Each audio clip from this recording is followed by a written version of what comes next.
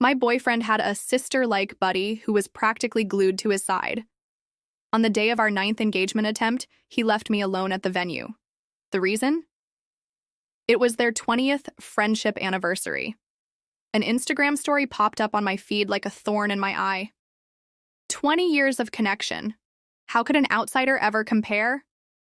They hugged under the guise of being just friends, the pose closer than close.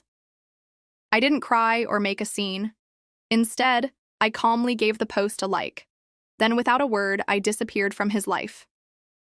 6 months later, he called, trying to coax me back. "I got you that wedding dress you wanted. Come back and let's get married." But the voice that replied wasn't mine. It was a man's. "My wife's expecting. What do you want with her?" The day our engagement was called off, I threw the ring into a trash can. A cab driver on the street waved me over and asked, "Where to?" "Just drive forward," I said. "Anywhere but back." When Caleb Whitmore's calls started coming through, I shut off my phone. I stayed off the grid for 3 days. The night breeze by Brighton Pier was soothing, unintentionally lifting the hem of my red dress. It reminded me of the first time Caleb confessed his love to me. He had been so young and awkward, his love written all over his face, impossible to hide. I'd fallen hard for the 20-year-old Caleb. I'd even left Charleston, South Carolina, my hometown, and moved to the unfamiliar Midwest for him. I quit a career I loved to become his secretary, a role I held for 9 years. Fate has a strange sense of humor. We got engaged 9 times. Each time, something about her got in the way. Her name was Harper Lane. We argued about her more times than I could count. "I've told you, Harper and I are just friends. Do you have to be so insecure?" "We've shared everything since we were kids, even baths. Do you think it's like that?" "Sienna Hart, you're acting like a jealous lunatic. Harper's already forgiven you for stalking us.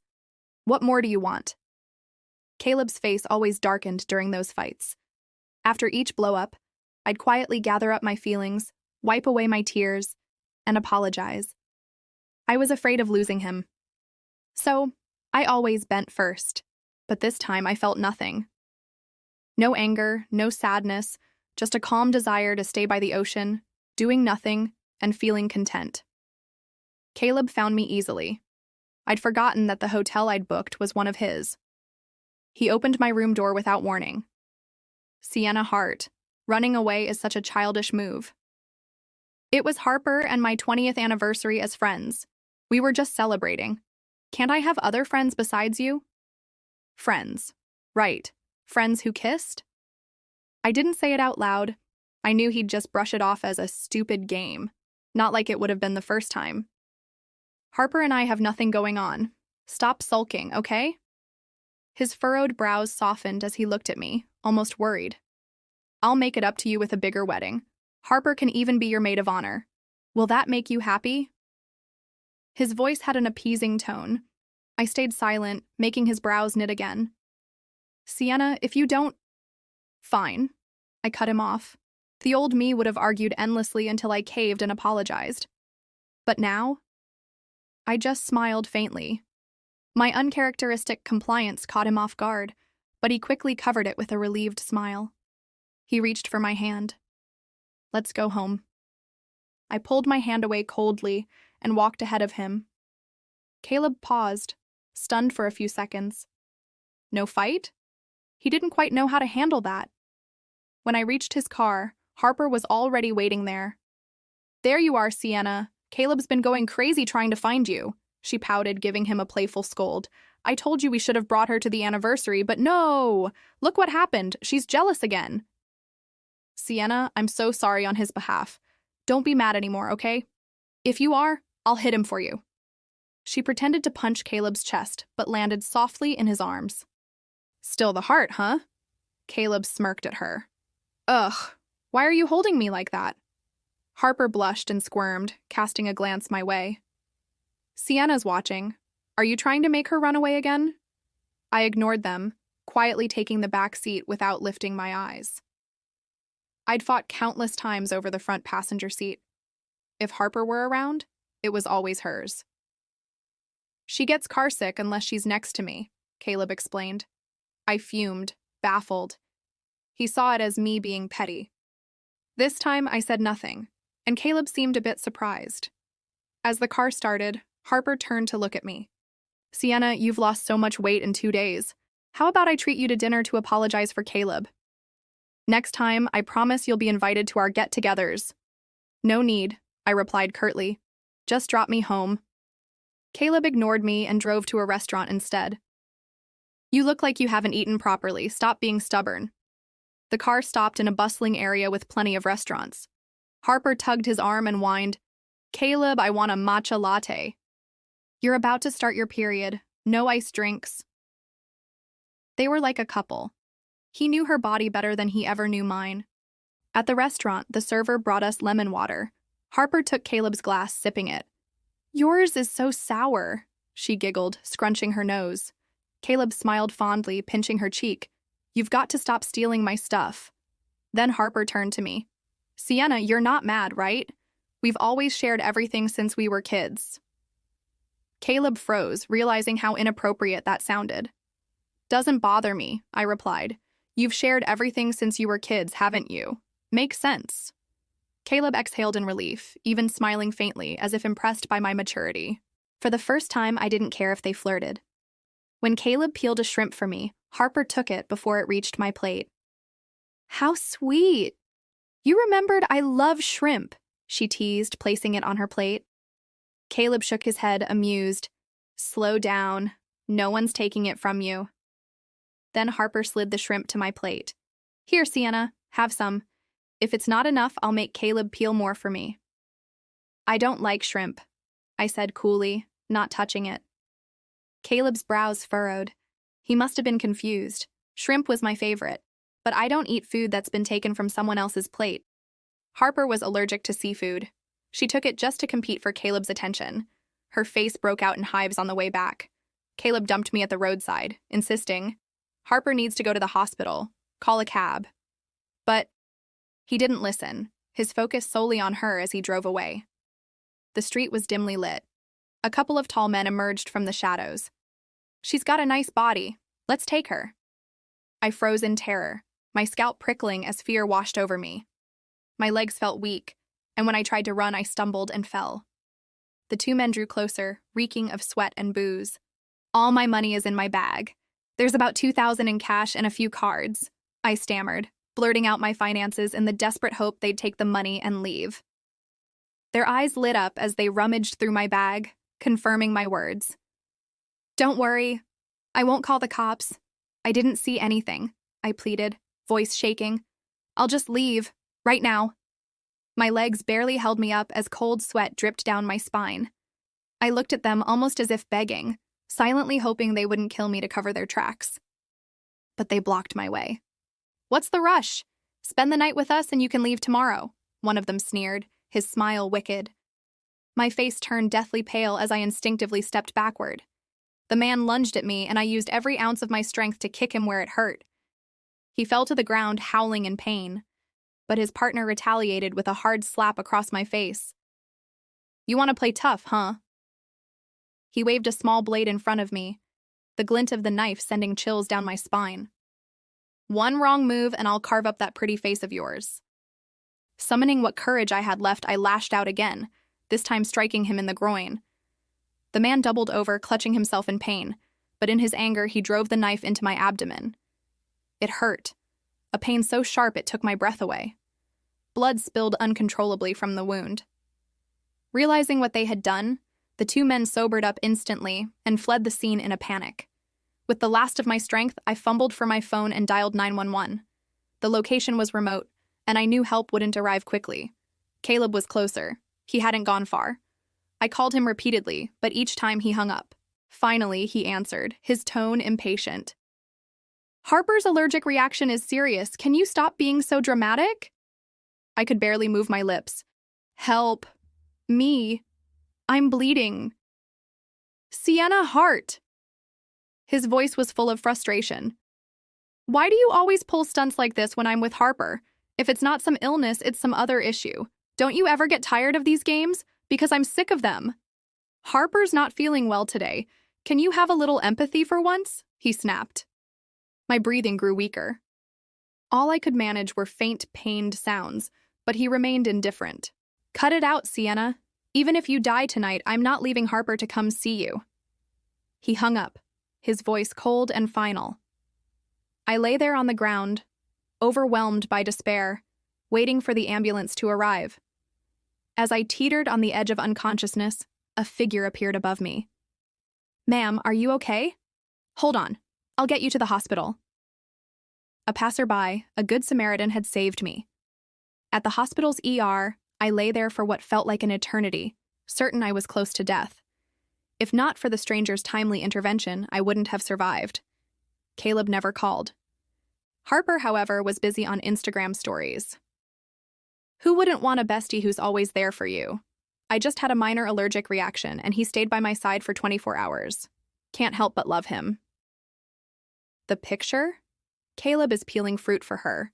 She looked rosy-cheeked and sweetly content. The comments flooded with admiration. "You two are such a vibe. Perfect together."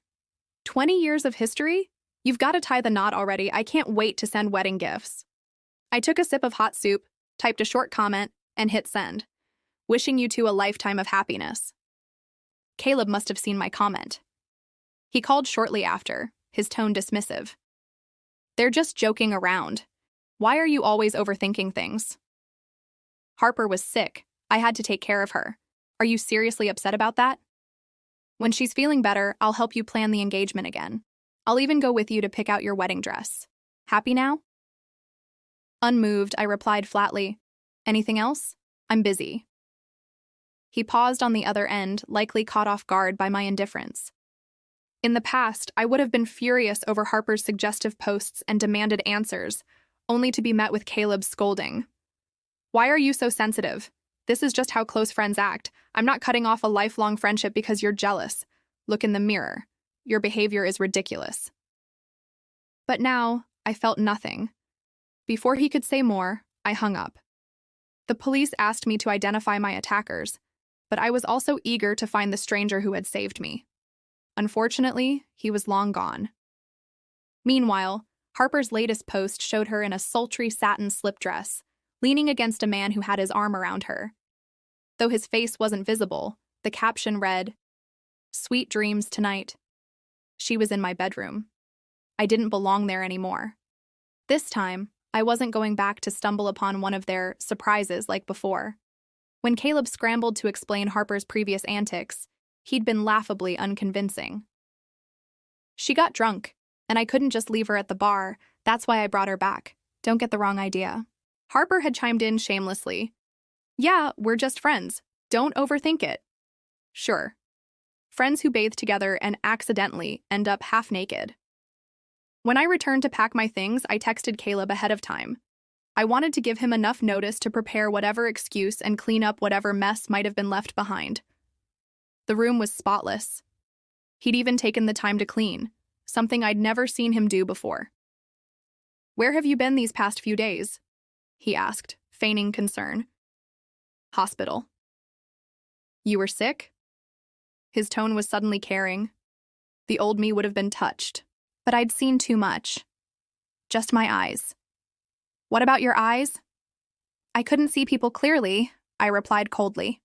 "But now I can." Relieved, he smiled. "That's good. It's important to see things." I nodded. Because now, I truly did. As I packed, a knock came at the door. I turned to see two unexpected visitors, my childhood best friend, Amelia Cross, and her older brother, Grayson Cross. "Sienna!" Amelia cried, rushing forward to hug me tightly. "I saw what you posted. I had to come." Grayson, once the aloof boy who teased me mercilessly, now stood tall and serious, his eyes scanning Caleb warily. "Need any help?" Grayson asked, voice low but firm. Caleb's expression twisted, sensing the shift. "Who are you?" Caleb demanded. "Friends who don't abandon her when she's bleeding out," Grayson shot back coldly. Amelia took my hand and smiled warmly. "You don't have to do this alone anymore." Tears pricked my eyes, but I blinked them away. "Let's get you out of here," Grayson said, taking a suitcase from my hand. Caleb reached out to grab me, panic rising in his voice. "Sienna, wait!" Grayson stepped between us, his towering figure shielding me. Touch her, and you'll regret it. For the first time in years, I realized I wasn't alone. And this time, I wasn't going to look back. We loaded my belongings into Grayson's truck, leaving Caleb standing helplessly in the doorway. As we drove away, Amelia turned to me with a grin. New beginnings, Sienna. Let's make sure the next chapter of your life is unforgettable. Grayson nodded silently, glancing at me in the rearview mirror. His gaze held a quiet promise. From now on, I would be protected. For the first time in a long while, hope bloomed quietly inside me. While packing my things, I found the pottery mug Caleb Whitmore and I had made together. It was shattered and thrown into the trash. He had once said he loved that mug, even if it wasn't perfect. After all, it held memories of us. How did it break? I asked. He replied casually, It broke by accident. I smiled faintly. His lies weren't even convincing anymore. That mug had been carefully stored in his home office. The odds of it accidentally breaking were slim to none. Someone had done it deliberately. I sighed. It was already broken. What was the point of regretting it? Sienna Hart, how many times do I have to tell you not to leave your clothes lying around? He frowned, holding up a lacy bra with a look of irritation. It's not mine, I said evenly, glancing at it. I never wore that kind of lingerie, and Caleb knew it. Realizing his mistake, he quickly hid it behind his back, suddenly flustered. Oh, I remember now.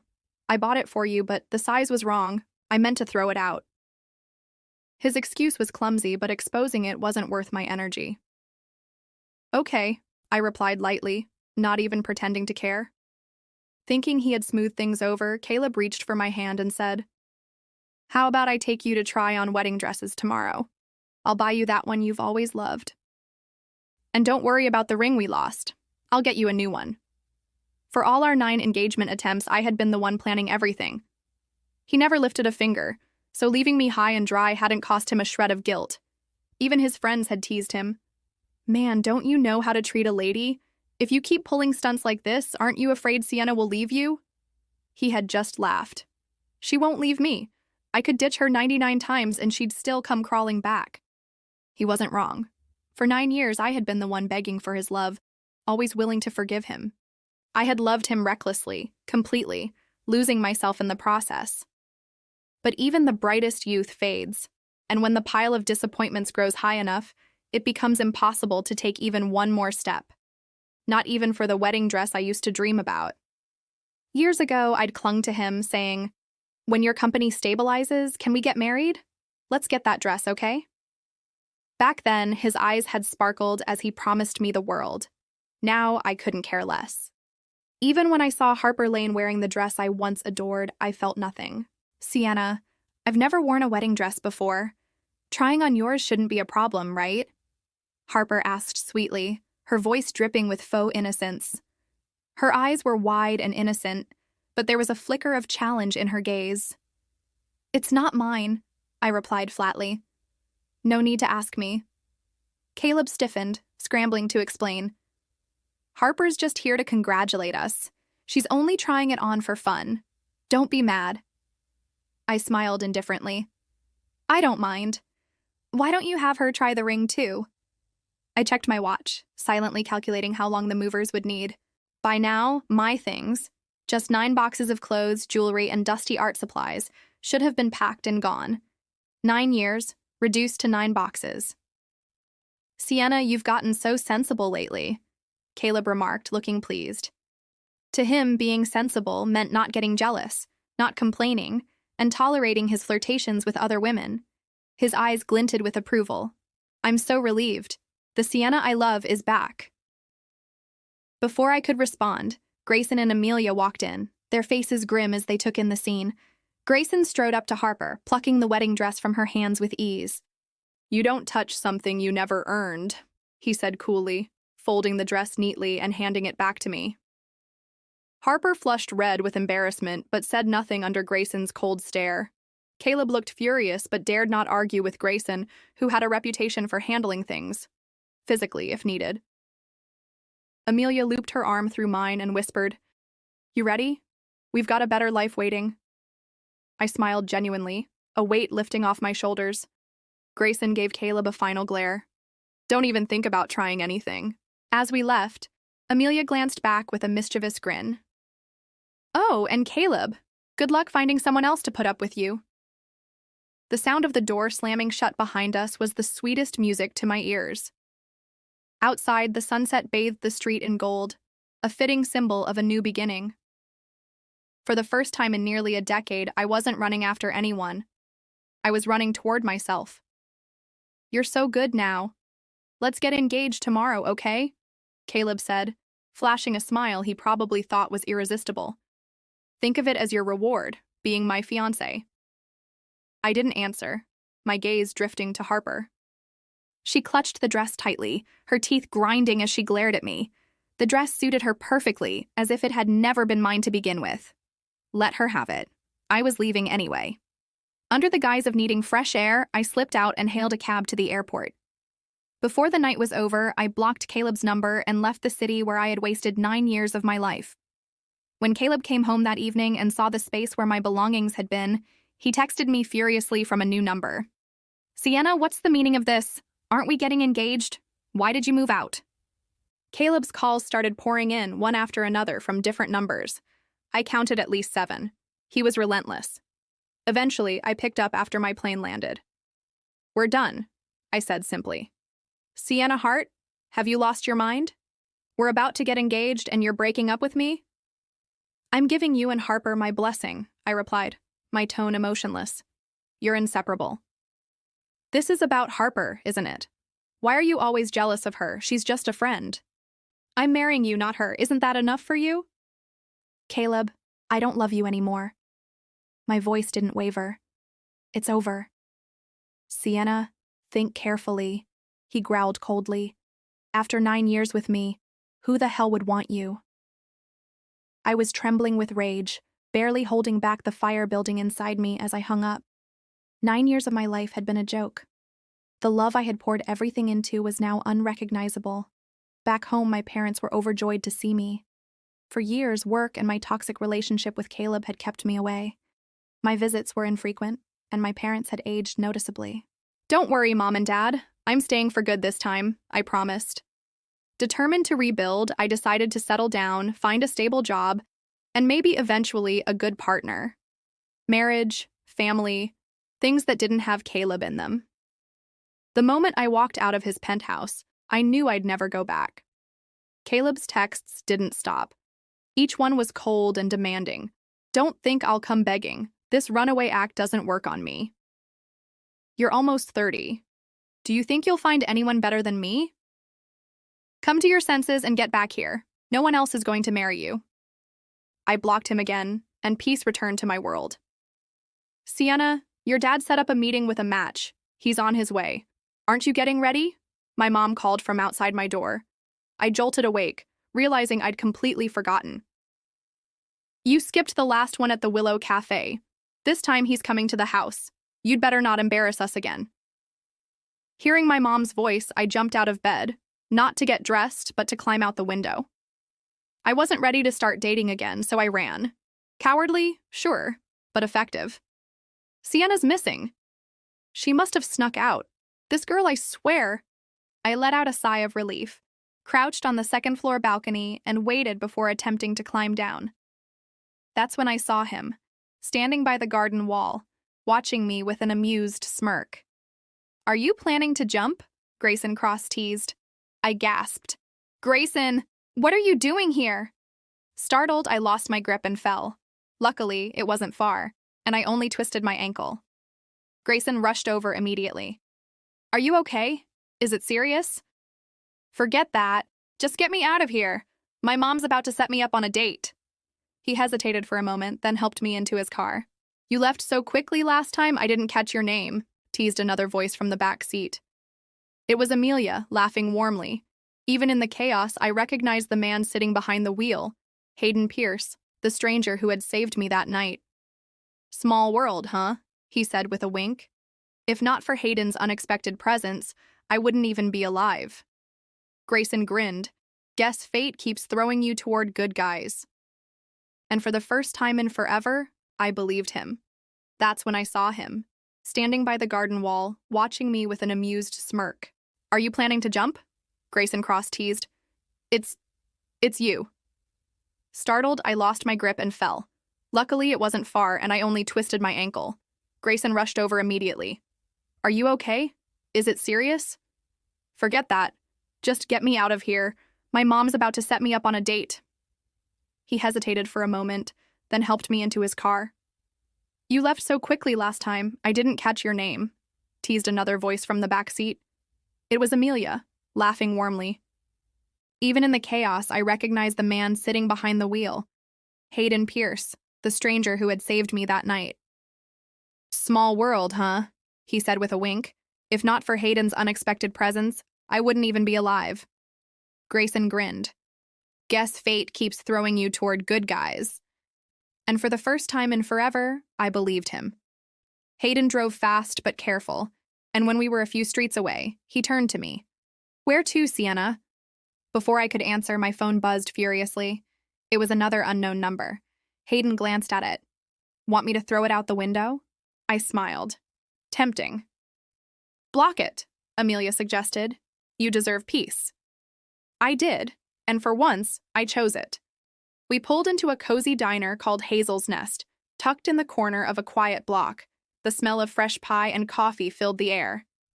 You need food, Hayden insisted, and company. We slid into a booth, laughter bubbling between us. It felt good, safe. But just as my guard was finally lowering, the door slammed open. Caleb stormed in, his eyes wild, his hair a mess. He spotted me immediately. Sienna, there you are. The whole diner went silent. Hayden stood up slowly, Grayson right behind him. You're making a scene, I said calmly, sipping my coffee. Come back with me, Caleb demanded, stepping closer. You can't leave like this. Hayden moved to block him, voice low and steady. Leave her alone, Caleb sneered. Who the hell are you? Someone who's not afraid to put you on the floor if you take one more step, Grayson said with a sharp smile. Amelia pulled me closer protectively. Sienna has moved on. You need to do the same. Caleb's face twisted with rage. You're ruining everything. We were supposed to get married. His shouting drew the diner's owner, Mrs. Hazel herself, a tough woman in her 60s with sharp eyes. You have 3 seconds to leave before I call the police, she said, brandishing her phone. Caleb hesitated, looking at me one last time, desperate, broken. I held his gaze, unwavering. Go, I said simply. And he did. The door slammed behind him. Silence hung heavy for a moment. Then Mrs. Hazel patted me on the shoulder. Good riddance, she muttered before disappearing into the kitchen. The 4 of us sat back down, a strange sense of victory settling in. Hayden leaned closer. You're safe now. For the first time in years, I realized I really was. But little did I know, Caleb wasn't giving up yet. From the shadows outside, he watched, plotting his next move. And this time, he wouldn't come alone. Guess who got a custom diamond ring from their special someone? Oh, right, it's me. No one else in the world could match us, Harper's Post flaunted, tagged at Caleb's penthouse. Before, Caleb's insistence on defending her had kept me quiet. Now I didn't hold back, commenting publicly. Isn't same-sex marriage still illegal in some places? How did you and your buddy make it to the bedroom? Congrats on moving up from mistress to main. Must have been tough. Make sure to keep an eye on him, though. Wouldn't want him hiding someone else in the office. I sent her the same messages privately. She called me fuming, but I simply deleted and blocked her. Later, I sat in a bar, sipping my drink, feeling nothing but a quiet exhaustion.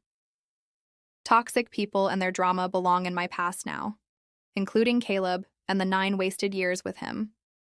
I didn't care anymore. Still, tears slipped down my cheeks. Not for Caleb. They were for me, for how stubbornly I'd clung to something so wrong for so long. I had been so foolish. Why are you drinking so much? Hayden took my glass, his brows furrowed in concern. So what? My voice was slurred, heavy with alcohol. It's late. Drinking too much isn't good for you. You're annoying. Fine, I'll stop. I want to go home. Somehow I ended up nestled in his arms, mumbling as he carried me. Not my parents' place. Don't take me there. Somewhere else. I wasn't even sure what direction I was pointing in. Maybe I'll get married soon, I murmured, laughing softly as I looped my arms around his neck. Are you happy for me? Yeah. If you're happy, why don't you kiss me? He froze, surprised. Can I? Instead of answering, I leaned in and kissed him. One thing led to another, and by the time I woke up in a hotel room the next morning, clothes strewn across the floor, I felt like the world was collapsing. What the hell had I done while drunk? Panicked, I left before he woke up. For weeks, I avoided him, dodging phone calls and making excuses about work trips and matchmaking meetings. Until a month later, when I discovered I was pregnant. I was stunned. Sienna, whose baby is it? How could you? Oh my God. My mom was frantic, pacing in circles. I stammered, unsure how to explain Hayden's involvement. Then, as if on cue, he showed up at my house. It's mine, he said calmly. Hayden, you two are together? My mom's face lit up with joy. I stared, dumbfounded. Turns out my mystery match had been Hayden all along. Sorry, I didn't tell you before. I was worried you wouldn't like me, he admitted. Why did you leave that morning? I couldn't find you and was worried sick. Thinking about that night, I wanted to crawl into a hole. Finally, he wrapped me in his arms, whispering, Sienna, let me take care of you. From now on, we're a family. Hayden proposed surrounded by our friends and family, sliding a ring onto my finger.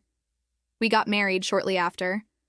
Meanwhile, I heard Caleb and Harper had broken up. But Caleb wasn't done yet. Late one night, I received a message from an unknown number. You think you won? You'll never be rid of me, Sienna. Never. Hayden tightened security immediately. Grayson pulled favors with his contacts, ensuring someone was always watching over us. Even Amelia, despite her playful nature, carried pepper spray and a small blade now. Let him try, she said fiercely. We'll tear him apart. I wasn't afraid anymore. I wasn't alone anymore. And Caleb Whitmore was about to learn that chasing the past could cost him his future. It wasn't long before Caleb found us. He looked terrible, pale, unshaven, and hollow-eyed, as if haunted by the ghost of the life he had destroyed. Sienna, I've sent Harper away this time. She won't come between us anymore, he said, his voice shaking. Come back home with me. Let's forget the past and start over, okay? His tone carried a desperation that bordered on madness. Hayden immediately stepped in front of me, shielding me like a wall. Sienna is my wife now. You need to leave, Hayden said firmly. Caleb's fists clenched. She's punishing me! This isn't real! He took a step toward me, but Grayson appeared from the side, blocking him with a steely glare. Try it, Grayson warned. I dare you. We've been together 9 years. You can't just forget that, Caleb screamed, causing heads to turn. I laughed coldly, each word slicing deeper than any weapon. 9 years? You mean 9 years of lies, betrayals, and humiliation? I moved on in 6 months. I have a husband, a family, and a child now. Caleb staggered back as if slapped. And you? You're still chasing shadows. You think you built me? I sneered. You broke me, Caleb Whitmore. But you also taught me how to rebuild myself, without you. His face crumpled, desperate. We can fix it. I bought the wedding dress you loved. Give it to Harper, I said, my voice ablaze. You two deserve each other. Caleb dropped to his knees in the street in front of everyone. Please, I'll do anything. Just come back to me. The scene was humiliating, pathetic. Passers-by stopped to gawk. Some pulled out their phones to record.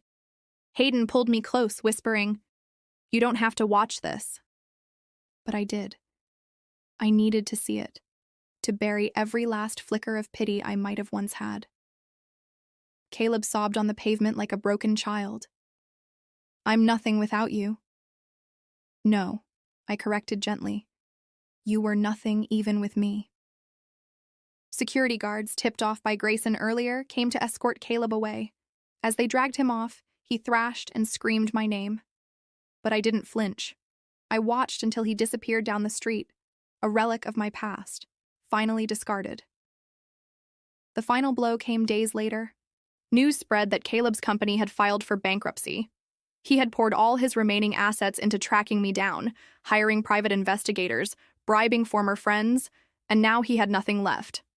Harper? She had already moved on, clinging to a sleazy nightclub owner. But karma was savage.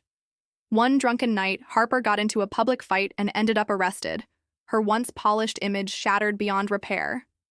Meanwhile, Hayden and I welcomed our daughter into the world, a beautiful, perfect girl who completed the family I never thought I deserved. At our baby's first birthday party, surrounded by friends who had become family, I stood holding Hayden's hand. Amelia beamed while filming everything. Grayson hovered nearby, protective as ever. Hayden leaned down and kissed my forehead. "No more ghosts," he whispered. I smiled. "Only blessings now."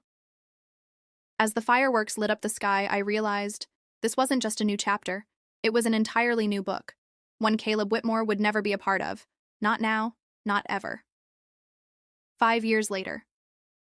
The sun bathed the garden in a soft golden glow as laughter floated through the air. Our daughter, now a spirited 5-year-old with my eyes and Hayden's mischievous smile, ran barefoot across the grass, chasing bubbles Amelia gleefully blew into the sky. Grayson lounged nearby with a rare smile, tossing a ball for the twins, his and Amelia's 2 rambunctious boys who had recently entered our chaotic, joyful world. Hayden emerged from the kitchen carrying a tray of freshly baked cookies, apron tied haphazardly around his waist. "Fresh from the oven," he announced proudly, only to be tackled by our daughter who giggled, demanding the biggest one. Life wasn't just peaceful. It was rich, loud, messy, and beautiful. Meanwhile, news about Caleb occasionally surfaced in whispered gossip. He was reportedly living in a rundown apartment, utterly forgotten by the world he once tried to conquer. His eyes, once full of arrogance, were now vacant. He roamed the streets sometimes, muttering apologies to no one in particular, a ghost trapped by his own regrets. As for Harper, she had fled the city years ago, her name a punchline to a cautionary tale that circulated in social circles. Neither of them could touch us now. I stood on the porch, taking it all in, my home, my family, my peace, and felt a satisfaction so deep it almost brought tears to my eyes. Hayden slipped an arm around my waist, pulling me close. "Still with me, Mrs. Pierce?" he teased. "Always," I whispered, resting my head against his shoulder. The sun dipped lower, setting the sky ablaze in vibrant hues of pink and orange. For the first time in my life, I was exactly where I belonged. And this time, the past was nothing but ashes scattered by the wind.